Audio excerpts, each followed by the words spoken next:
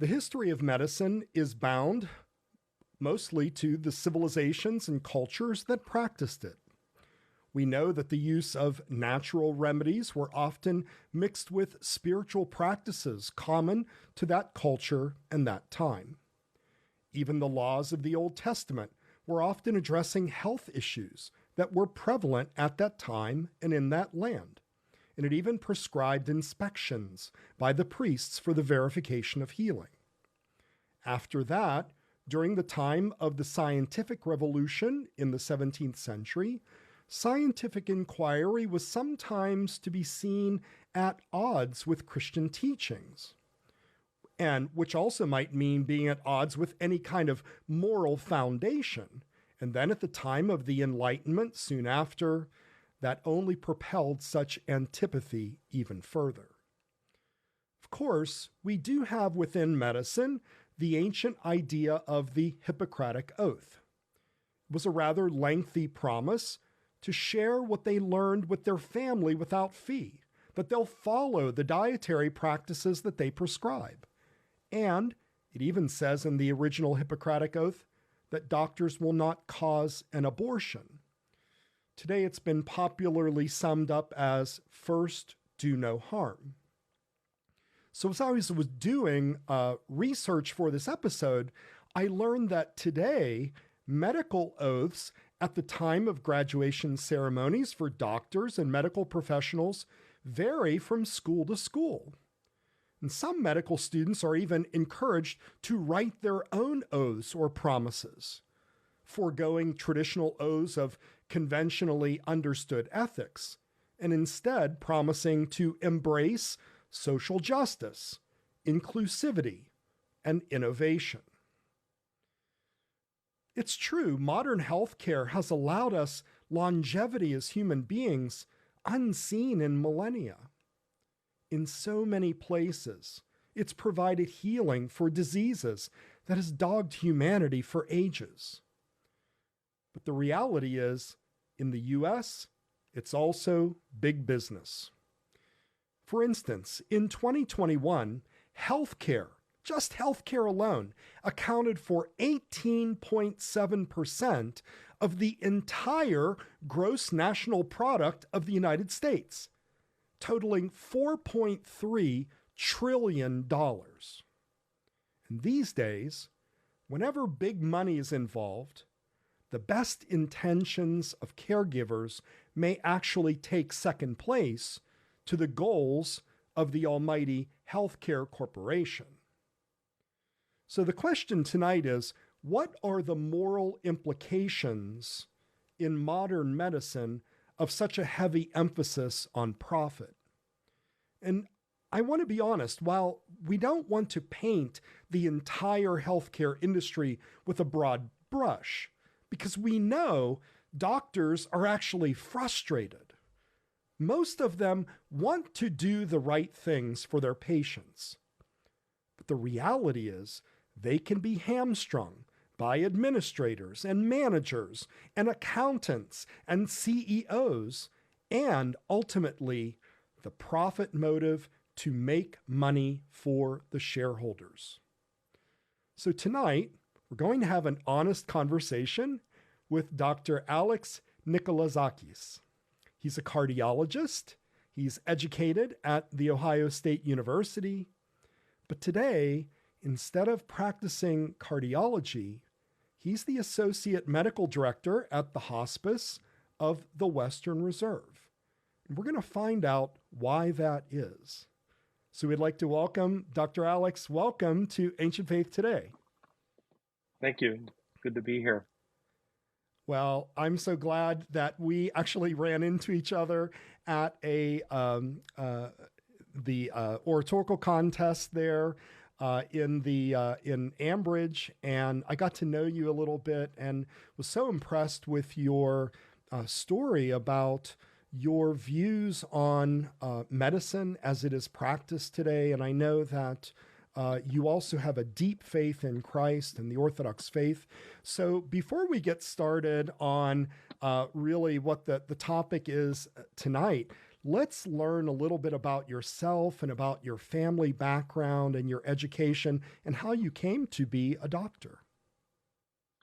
I grew up in a small town, Cambridge, Ohio, which isn't too far from Pittsburgh. I went to church, attended All Saints Greek Orthodox Church in Weirton, West Virginia, which is even closer to you. Yes, yes. That was my grandparents' church, and we often went there. That was what I considered my church. Both sets of my grandparents emigrated from the island of Crete, both my father's and my mother's parents, actually within about a couple of miles of each other there. My mother was a nurse, which is probably how I ended up in medicine, how I found my way here. And my father owned a trucking company in southeastern Ohio, was in the coal business. I married to my wonderful wife, Heather, for 34 years, who I met through our church in Columbus. She is definitely our family's spiritual strength, no question.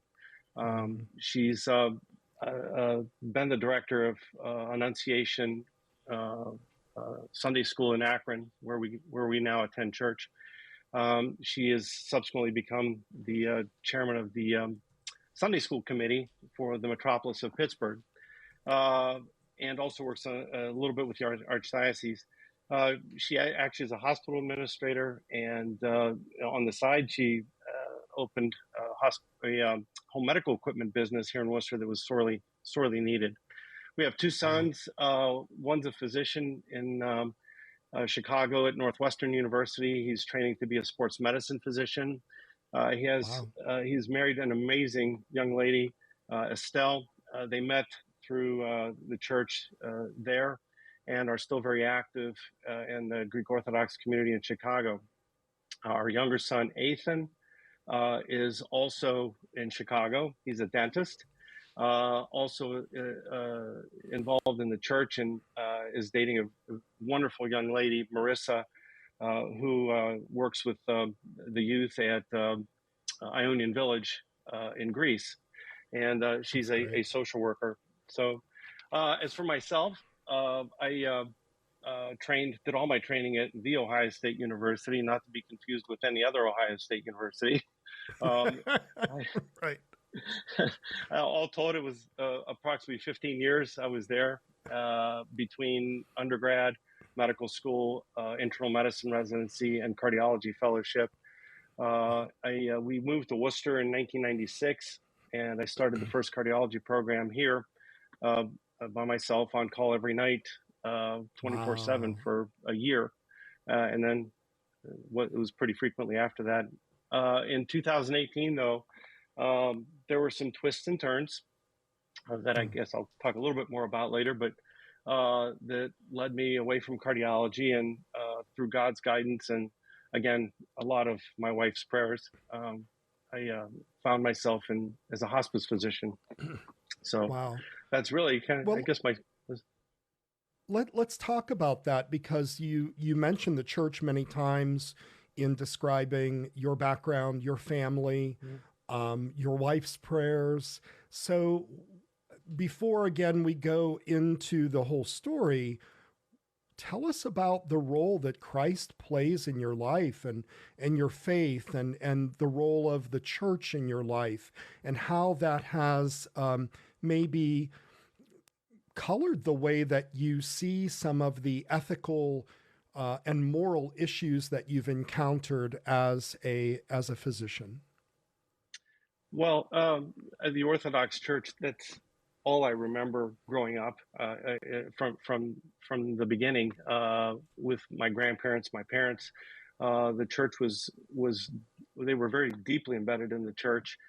We lived right across it. My grandparents lived right across the street from All Saints in Weirton, and I can remember, even as a child, when I was an altar boy, looking out the window to see the lights come on through the stained glass window, to know that I could go down and start preparing for liturgy. And nice. That was a memory I'll never forget. And that kind of set the foundation, through what I learned from my grandparents, my parents, and being raised in the church. It just becomes part of you.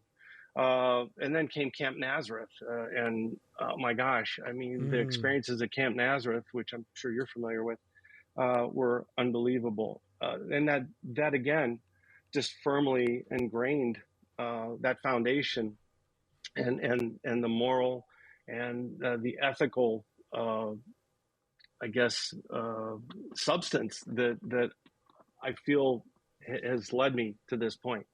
Unfortunately, through college, studies, the time commitment with marching band, and then medical school and all the studies, the time with clinicals, definitely that waned, and I didn't spend the time with church that I could have, or maybe not have, with all the time. But again, then came my wife into the picture, and she definitely enhanced that part of our life. And I can tell you, and I guess this is being recorded, so I could probably say it. If I find myself in heaven someday, it'll be because of her. So I've always looked to God and Christ to guide what I did in medicine, and through some really difficult career challenges that you alluded to earlier on.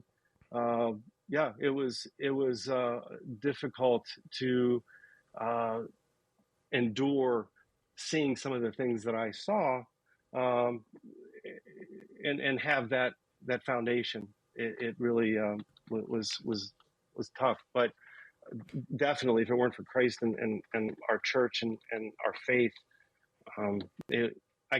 I would end up like some other physicians have ended up and lost.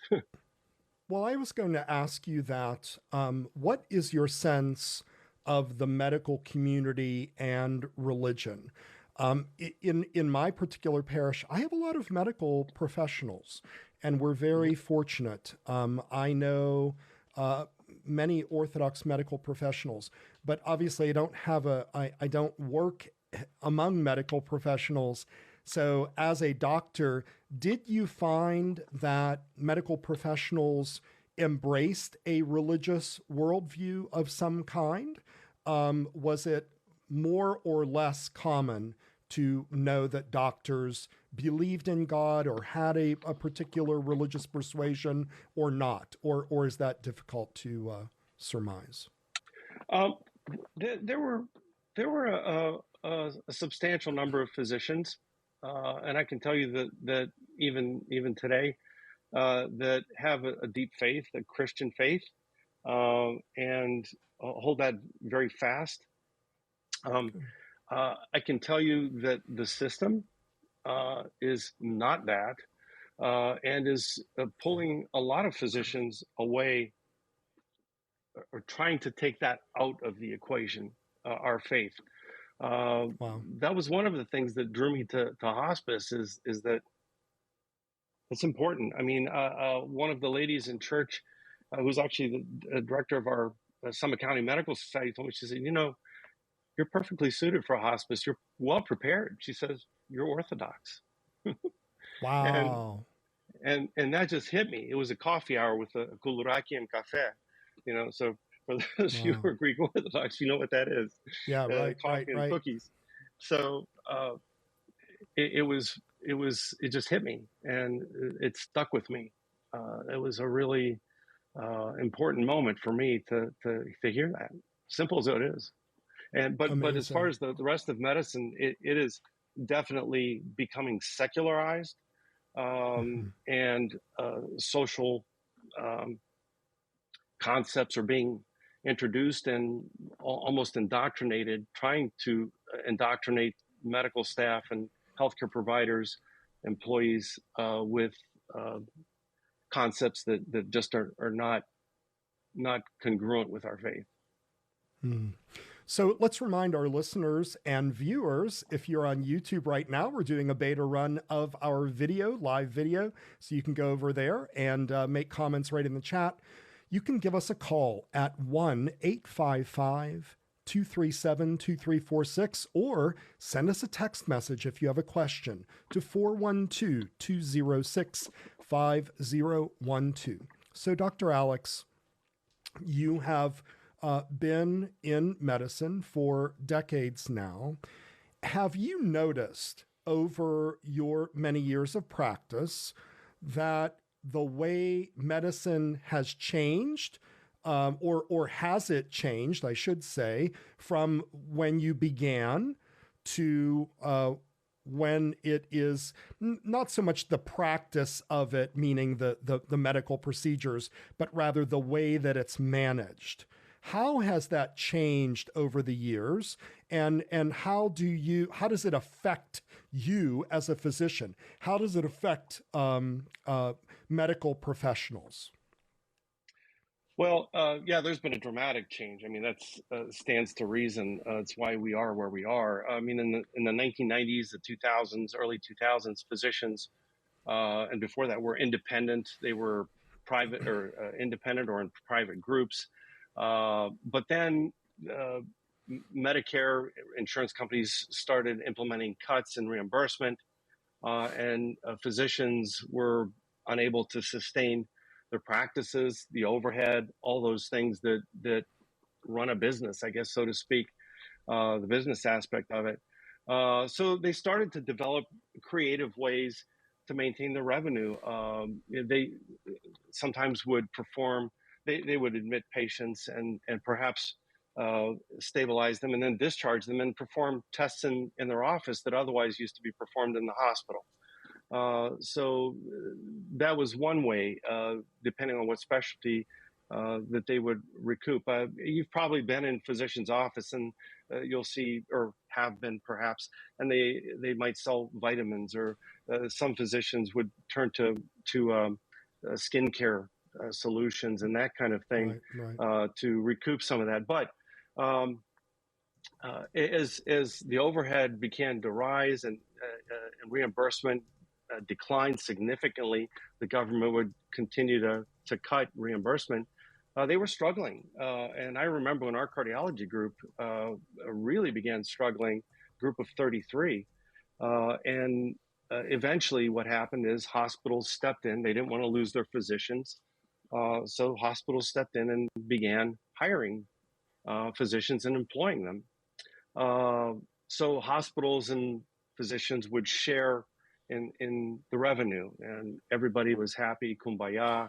And so let me really just let me stop you there, because some of us, when we're not in medicine, we didn't understand that. So what you're saying is that doctors were not always employed by hospitals, right? No, we had a 33-man.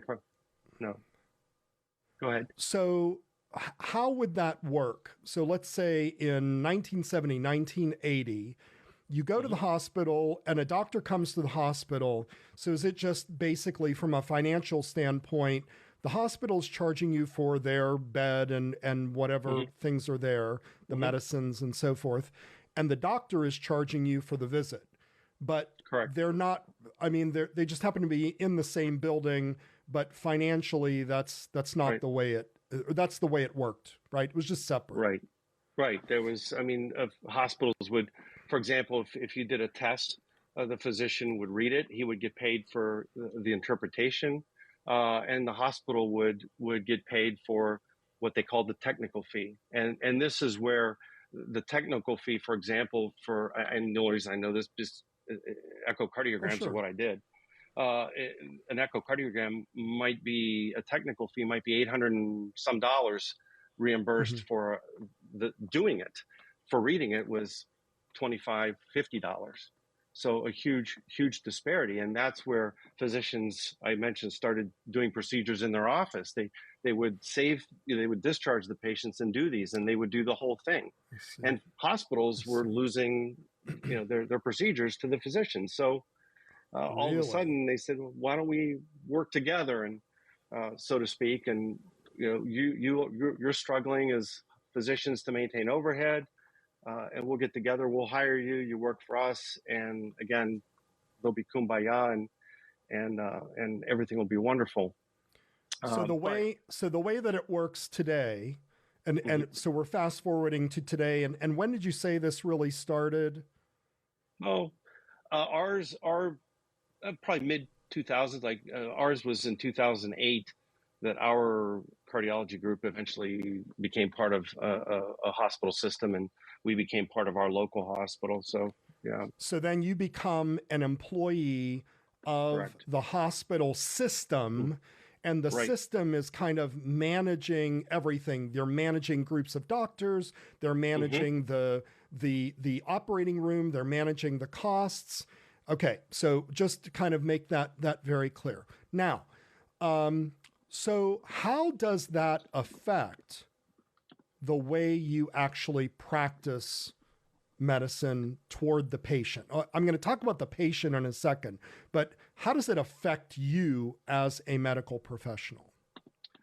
Well, I mean, that's what I called the corporatization of healthcare, and patients became customers. Now, I don't know about Mm, you, but I don't want to be a customer. When I see my physician, I want to be a patient, and sure. that's exactly uh, what happened. Uh, Physicians began the way it affected us. They began uh, receiving compensation based on what they called RVUs, relative value units, if you can believe that. And everything Wow. you did, whether it was reading a study, doing a procedure, seeing a patient, was given a value. And however many of these RVUs you racked up is how you were compensated. So naturally, if now all of a sudden you're adding a check mark to everything you do, a number, it's going to change how you practice, because that's, now your livelihood becomes a number. But with this came pressures to perform certain procedures that, for example, maybe you perform a procedure that um, uh, can evaluate a problem, and another specialty like radiology, and I'm not going to pick on radiologists, but they perform a different procedure which evaluates the same problem. Well, which are you going to choose? You're going to choose the one that you perform, because that's going to You're going to make benefit you. money on it. Yeah. Even if it's not necessarily the best procedure in this case. Conversely, hospital systems would contract with physician groups and say, well, you're going to do all of this procedure, and perhaps that may not be the best group to perform that procedure or interpret that procedure. For example, I mean, it may not be that radiologists interpret this procedure the best. Maybe gastroenterologists or cardiologists might be the best. But because the hospital contracted with a physician group, again, money comes into play, contracts, um, that may not be the best group to interpret the study for the patient. Uh, that was the first issue. The second fairly significant change that occurred is hospital systems began increasing expectations that physicians were placed on physicians as far as volumes of patients seen, whether it was in the hospital or in the office.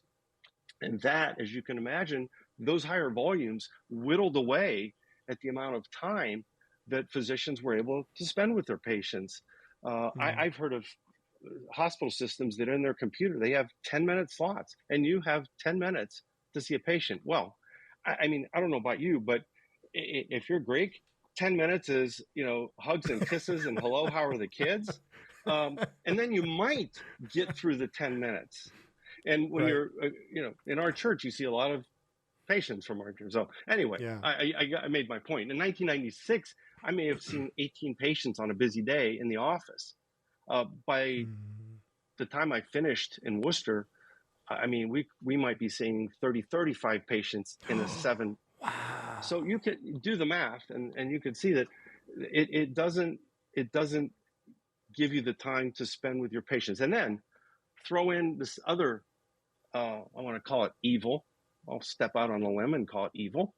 EMR, electronic medical records, slowed us down tremendously. Not only did they slow the process down, but they depersonalized it.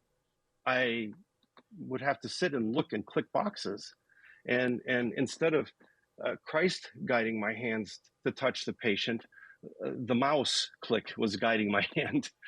And that was very difficult to connect with patients and really touch them and examine them and really be part of the process. So let me just ask you about that part of it, because those of us that have been to the doctors, and I have certain health issues, I go to the doctors, unfortunately, quite a bit. Those medical records are very helpful to me as a patient because I can kind of see what's going on. However, what you're saying is that you are essentially being put through a kind of rubric where you are checking boxes and saying, you can do this, but you can't do this and you can't do that? Or how does the medical records part of it affect you as a physician and the way you practice? Well, they give you have electronic medical records, electronic medical record. You have just spaces, and you have to fill those in, and you have to go over and choose. They'll give you a list of, for the physical exam, for example, a cardiac exam. I could rattle off a cardiac exam in 10 seconds and tell you exactly what I heard. But in this case, you have to go down and click and choose from a menu, choose from a menu, right. and maybe right. it might not be accurate. So, and then it would ask you to mandate. The government would mandate things that, every time you had to check that you talked to the patient about smoking. Patients feared me when I mentioned smoking. I didn't have to ask again. That was something that they knew that it was a major deal for me. Sure. Sure. I guess the point I'm making is that it really slowed things down. The other, I guess, evil of the EMR is that it tracked everything that physicians would encounter. How many patients, what orders you were ordering, and the hospitals, the systems could track. Well, are you ordering enough tests? Are you ordering the right tests? Not just the right tests, but enough tests. And who are you referring to? Who is the physician referring to? So with increasing demands and expectations, all of this, physicians would be, I can't tell you how many docs I know that they were 2-3 hours at night. They were done with a 10, 12-hour day, and at night they were spending 3 hours with medical records. The burnout rate, the burnout rate in medicine was horrendous. And it became a very... Go ahead. Yeah, we're going to talk more about the effect that it has on the profession in a little bit. And I apologize for interrupting you. We're going to go to a break right now.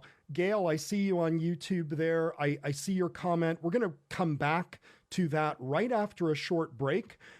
We are talking tonight about the moral problems in modern medicine, the very, very real ethical problems that are affecting not just patients, but they're affecting the medical professionals, the caregivers, of the profit motive being the most important thing in medicine.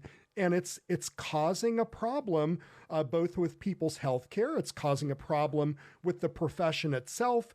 We are talking with Dr. Alex Nikolazakis, and he is a trained cardiologist, but he has gone into another direction so that he can sleep with himself at night and have a conscience, a good conscience.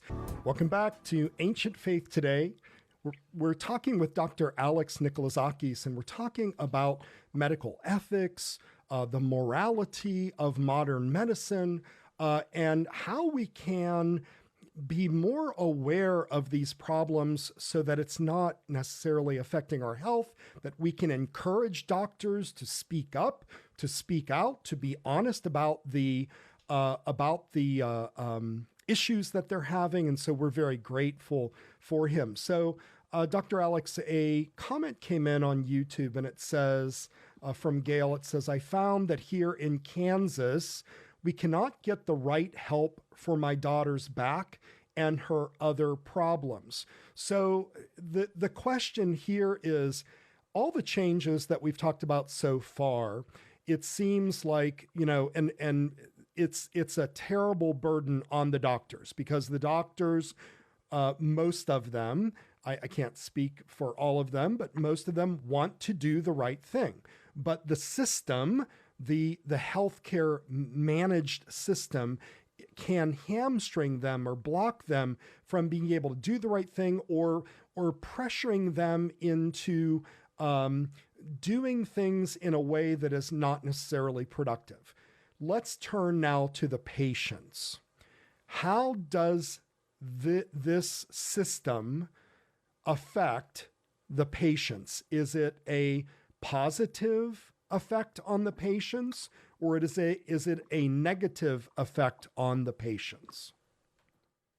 Well, that's a loaded question, because it has its pluses and its minuses. Organizing and establishing a comprehensive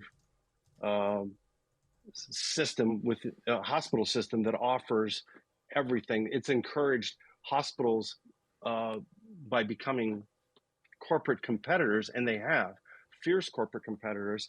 There is some validity to, they have to stay on edge and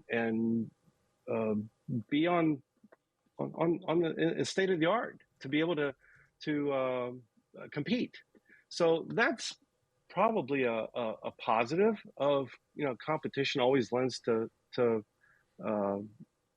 not better outcomes, but to hopefully better quality, because you're competing, but not necessarily always the case. I think what has happened, as they've become corporate competitors and competing fiercely with one another, these hospital systems have bought smaller hospitals, and now have become little monopolies, so to speak, which may not be a good thing. Okay, so now all of a sudden you're not really competing with the system across the street. You've become your own little monopoly. You have everything within your system. And you also, by virtue of the EMR, control where your physicians are sending their patients. I can tell you that this has led to contracts being drafted that mandate where physicians refer their patients. I can tell you, in my career, I've seen 3 contracts that said you have to refer to this particular healthcare system or organization. And it's not obviously stated. It's said that, well, you do what's best for the patient, but we're tracking this. And they've also drafted contracts, and this was in a major newspaper, that physicians' compensation was based on where they did their procedures. So, I mean, that's I guess if you want to think about it, as a conflict of interest. And that was so instead of being able to say, I want to send my patient to the facility or the group or the hospital that is, I feel, the best place for them or in their best interest, your contract basically says you must send them within the system. Correct. No, that's absolutely. And we had a friend that had some cardiac issues and had all of their procedures done. The surgery, their surgeon was at this one system, and their cardiologist, their physicians, all their testing that had been done, everything was there. And their primary physician worked for a competing hospital system, and when they had problems, repeatedly admitted them to that hospital, which knew nothing about this patient. And finally, I mean, that was a case where, as a friend, I stepped in and said, hey, look, this is what needs to happen. So yeah, it is affecting patient care dramatically in that way, steering patients and where a patient might have the best outcome with a certain procedure may not be where the physician is sending them, and that's where it's important for the patients, and people are savvy now with the internet, and to see where the hospitals are that specialize in certain procedures, certain testing, certain treatments that are known for it. And so that's definitely out there. Thank you. I appreciate that very much. So we have a bunch of comments that have come in. The first is from our text message line, 412-206-5012. One message says, another issue caused by the time constraint, I'm assuming it says, that you have to practice, is the effect on graduate medical education. Many specialists are called upon to train residents and fellows, which can negatively impact their income and therefore their willingness to participate in training, even though their training is required for board certification upon graduation. It's a real catch-22. So that's an interesting question. That's maybe a little bit of inside baseball. But is that how it works, Dr. Alex, that if you are called upon to do training, that's in a way negatively affecting your ability to generate income as a physician? Absolutely. I mean, that's just one more ingredient in the mix that is taking away from patient care. When you add all of these other, the EMR, the 10-minute time slots, 15-minute time slots, we should have absolutely. When I trained, I value the time and that the attendings that I had. I was blessed with outstanding attendings that took time with me, that spent time teaching, and that time is being whittled away, just like every other part of our day, by increasing the volume. I mean, the more volume that the more volume that there is, the less time that there is. I can tell you that there's, I don't know if you can see this. Your video is not on, Father. I'm not sure if they know that, but I don't know if you can see this, but this is last month's American College of Cardiology. And you can see that it says crisis in healthcare, and it talks about the shortage of physicians. And the whole problem, the root of the problem, is never mentioned, that the work and the amount of time that physicians are given is, again, being whittled away. And they mention in this article restructuring, improving efficiency, changing training. There were 2 sentences in the whole 3-page article about work-life balance, and there was zero mention of time with the patient or having more time with the people that are training, the students and the residents, fellows that are training. So having said that, you can see how, yes, this is a crisis, and it's on all sides, from the training aspect of it to the care. Let me ask you this also. There's another, and we'll try to figure out my video here in a second. There's another comment that came in on YouTube from El Montfort, and it says, "Hi, I'm an oncology nurse and have had several moments of moral and ethical distress in learning this specialty in the past 3 years. Are there any principles or guidance you can give Orthodox Christians when our patients are constantly being presented with new medicines rather than hospice or palliative care?" Well, as an oncology nurse, I will tell you that 50% or so of hospice admissions are oncology cancer patients, terminally ill. 15% are cardiology admission, or are cardiology patients at their end stage. So the cardiology is the cardiology side of that story is exponentially higher than the oncology. because there's always something more to do with the heart. When you have cancer, okay, it's, metastasized, we're done. Everybody understands that it's a terminal illness. With the heart, there's always something more to do. And it seems like our profession, and this was written up in the New York Times by a guy named Hader Werrick from the Brigham. It seems like in cardiology, there's always something more to do. There's always something more to do. And cardiologists don't let go when they realize the prognosis of the patient is less than 6 months. It's no different than somebody who has metastatic cancer. As a matter of fact, it's worse if you look at some of the data that's out there. So yeah, I can empathize with you, not only sympathize, but empathize that is a problem.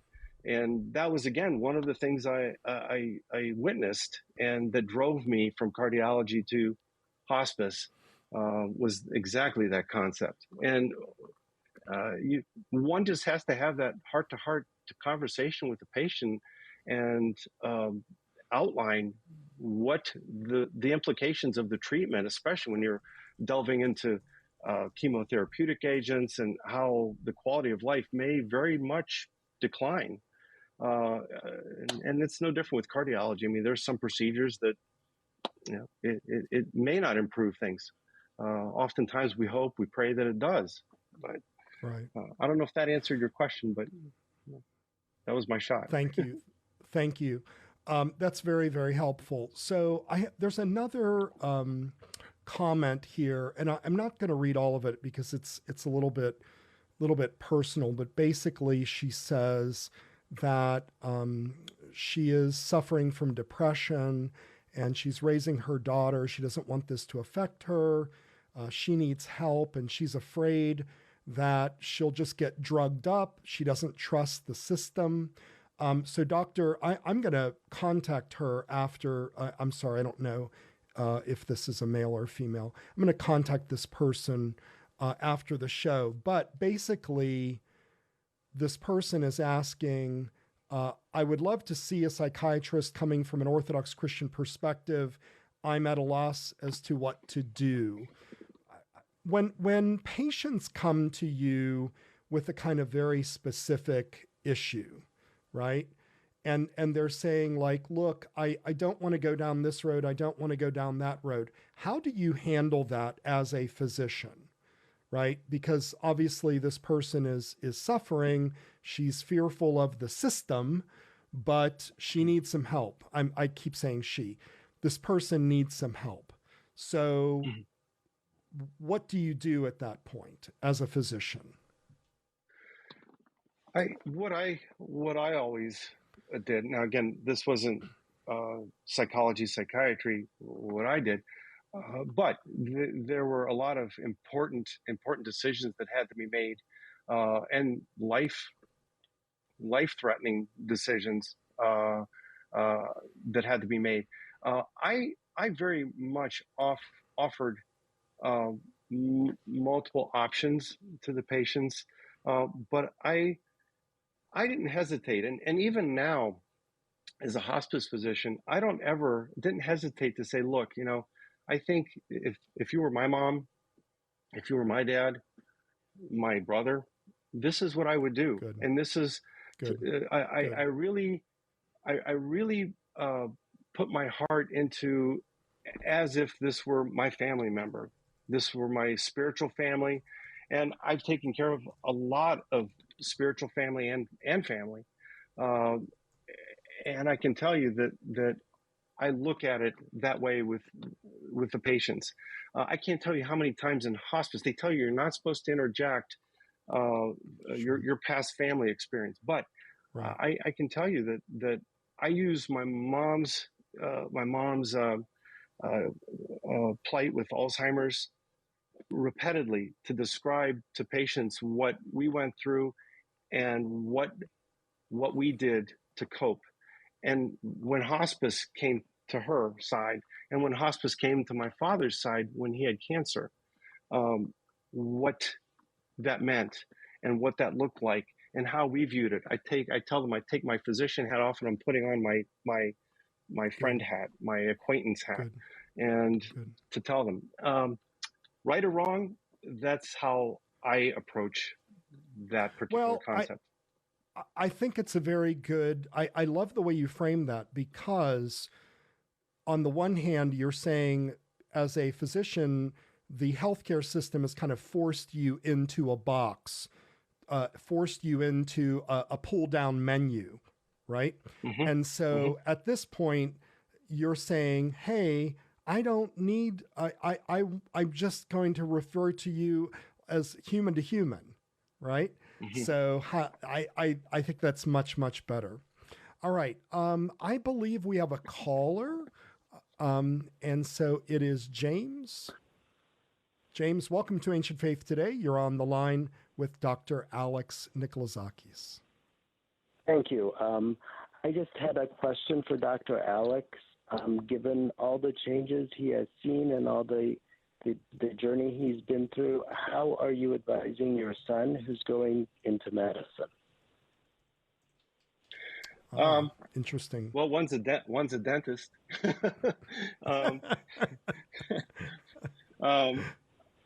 I very much encouraged him to and again, my wife even more so, to keep his faith involved in his training, to keep his faith involved in his practice as he moves forward. When he graduated a couple of months ago, that's one thing that I told him right at the. I didn't mince any words, and I said, you're going to encounter these issues when you start practicing all of these things we've been discussing. And I said, keep Christ first. Let Christ guide your hands, and you'll be fine. That's the best advice I could give him, that Heather could give him, and we've given that to to both our kids. You know, to Ethan as well, who's a dentist, and at the end of the day, you're caring for patients, and it should be God that guides your hand, not Ben Franklin. Interesting. Caller, any response to that? Are you pursuing medicine? Well, yeah, I am a physician, and I too have struggles like Dr. Alex. So I'm just very thankful for his insights. May I ask, I won't pry here, but may I ask how long you've practiced medicine? 30 years. So you've seen all of these changes. Absolutely. And Dr. Alex has summarized them beautifully. Very thorough. And you're running into the same issues with the decisions that you have to make for your patients and the constraints and the profit motive? Right. I think that it is especially, I'm not a primary care physician, but in the environment that I work in, I think the primary care physicians are especially pressured to make decisions as to referrals and to see numbers of patients, and exactly as Dr. Alex described them. Interesting. Thank you very much for calling in. I really, really appreciate that. Dr. Alex, thank you. We're coming close to the end of our program, and there's a couple more things that I wanted to get to. So, we've talked somewhat about the profit motive here, but there's a little bit of the elephant in the room. And I'm hoping that you can speak about that. I personally am absolutely convinced that a person that uses great skill and has great education and does things that most other people can't do should be paid commensurate with that. In other words, I don't necessarily have an issue, some might, with physicians being highly paid in relation to, some other skilled professions. I guess my question is, how do you see that issue, and how does it change the way medicine is done in this country? For instance, I have friends, I have parishioners who have relatives who are physicians in Germany. And in Germany, all the physicians make 75 grand or whatever it is, they all make the same thing. Mm-hmm. And I don't know if that's a better system or not. In our American system, there is the idea of there is a kind of motivation, right? So if you want to be a lawyer, you got to study really hard. And then there's this possibility you're going to make a lot of money, And with physicians, if you become a highly specialized physician, you could make a lot of money. How does that work in the mind of a physician, especially one who is so ethically based as you are? And how do you process that in relation to the profit motives that we're talking about today? And I don't say that with any judgment or animosity or anything. I'm just wondering if you could give us your thoughts on that. That's actually a fairly easy question from my perspective. When I practiced, if I were paid less and had more time to sit and think, talk, touch and examine my patients, listen to my patients, and God forbid, talk about spiritual issues with my patients. If I had that at my fingertips, I would take the decrease in salary and the decrease in compensation to be able to practice, and as you said, sleep well at night, and to have that quality. I'll take the quality hands down. I faced several situations in my career that involved a decision whether to bring on a very quality partner, potential physician, and the others did not want to do that. Why? Because it was, as we say in the business, a piece of the pie. You would have to give up a piece of your pie. Well, when I was, when I was struggling to maintain these numbers and to give the quality because of those voluminous offices and consults and that kind of thing, I was very happy to welcome another physician, a young physician, to be part of our group, but it was shot down, and you can see why. That's the opposite side, where that piece of the pie gets cut smaller and smaller. I would rather have a quality piece of pie than a large piece of not so good pie. And we live in Amish country, so that's easy to. Thank you for being honest about that. So where do you see all of this heading? What are we at the worst part of where this is all headed, or is it going to get worse? I literally was just at the doctor's, and I have to say this. Now that we're on video, everybody can see I obviously have a little bit of a weight issue, and my cholesterol has gone up, and I haven't seen the doctor in years. I've only seen a physician's assistant. And the physician's assistant basically said to me, well, when your number goes over this, and it was literally 1 point over this, when your number goes over this, you automatically we will put you on what are they called? Statins. Statins. Yeah. And so, and you're a cardiologist. I'm not trying to get a free diagnosis here, but But the way it felt was I was not dealing any longer with like a person having a conversation. I was dealing with this checklist. In other words, I could have gone to Chat GPT and I could have typed in, my cholesterol is X, and then it would say, take this, right? And when I tried to have a conversation, it actually didn't go very well.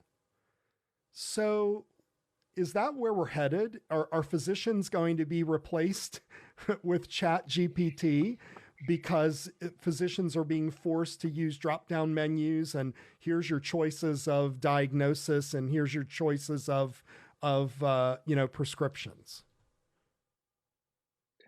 Wow. I hope, I pray that that's not the case.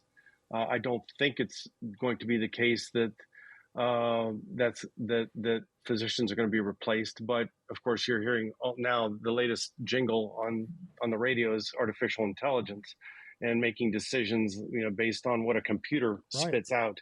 But I'll just give you this is a little bit of a maybe a silly example.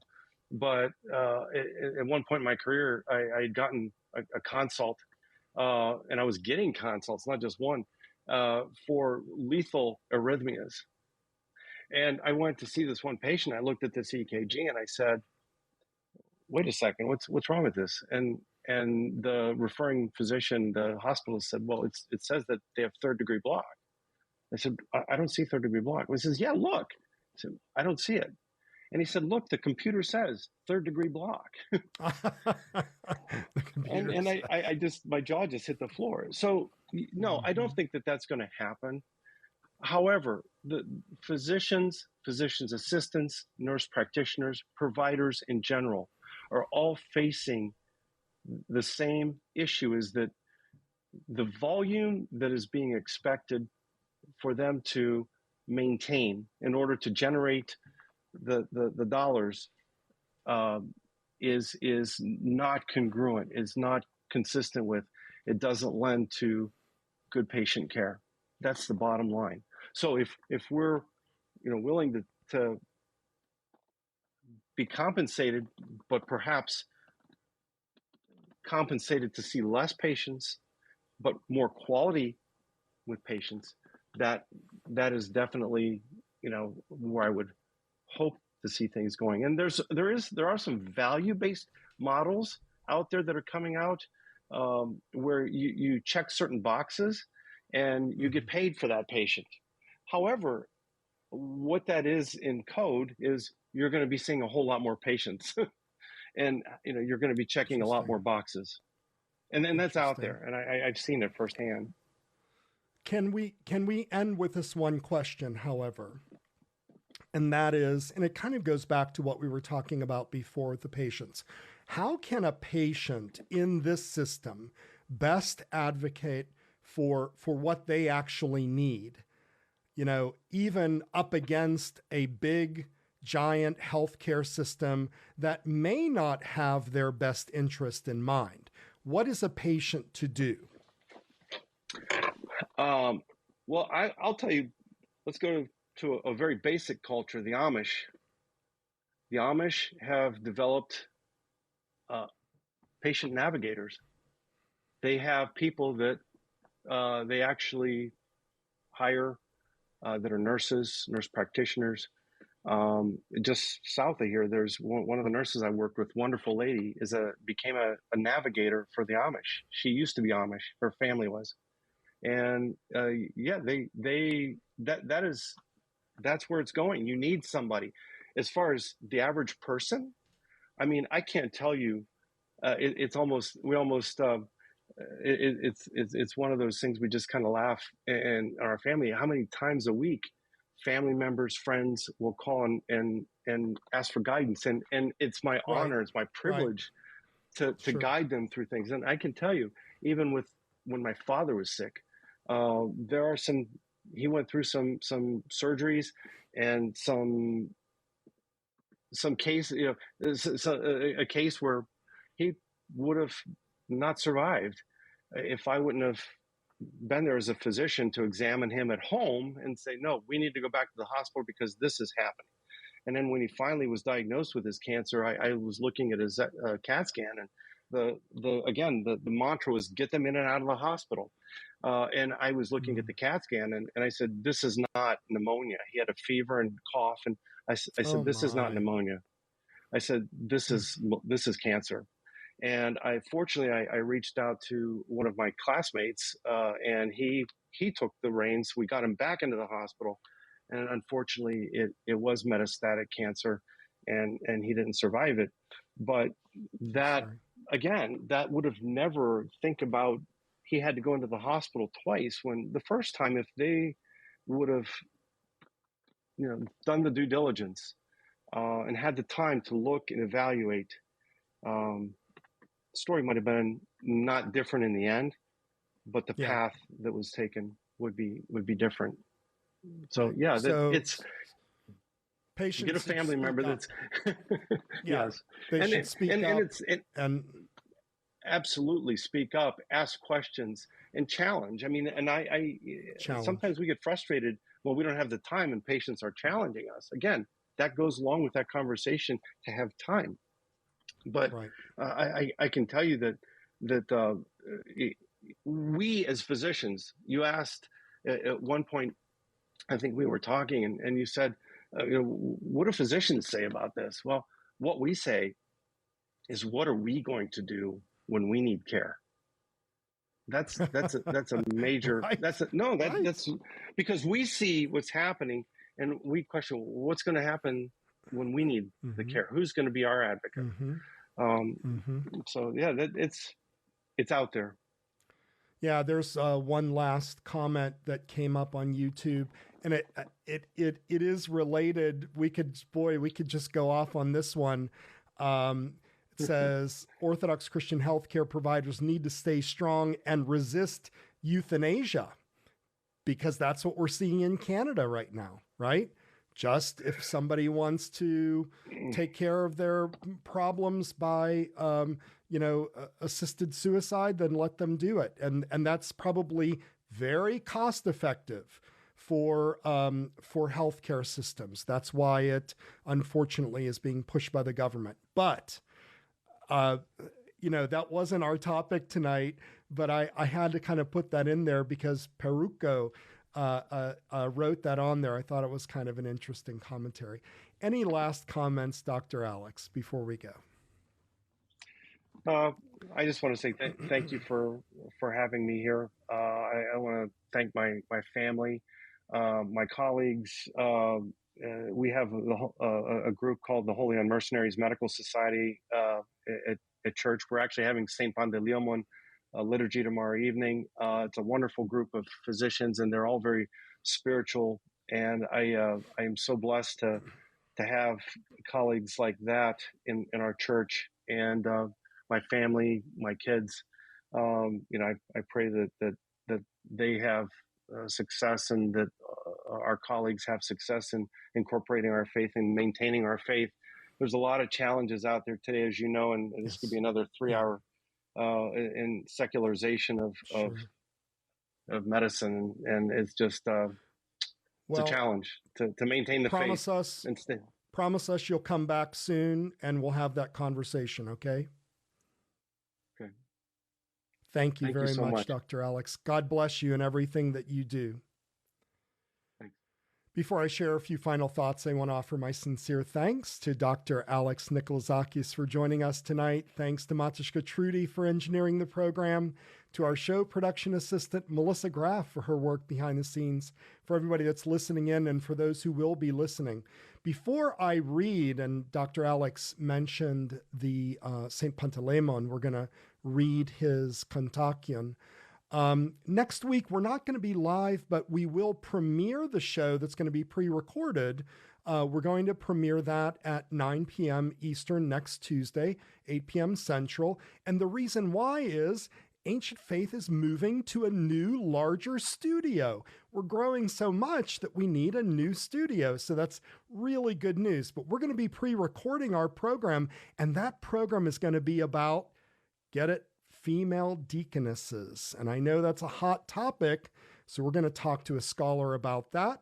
And so you won't want to miss that show. That's going to premiere next Tuesday night at 9 p.m. Eastern, 8 p.m. Central. Let's hear the Kontakion to St. Pantaleimon, the holy unmercenary.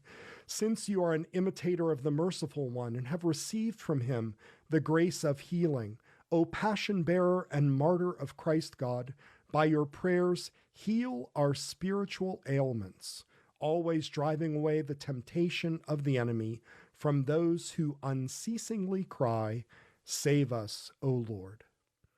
And that's our show for tonight. Remember to like us on Facebook at facebook.com/ancientfaithtoday. Share out our program after that's posted. Give us your feedback, especially about this new video that we're doing. I kind of goofed up. I will do it better next time. Give us your feedback and contact us with any ideas or topics that you might want to hear about. Join us next Tuesday evening for another edition of Ancient Faith Today. Good night, everybody.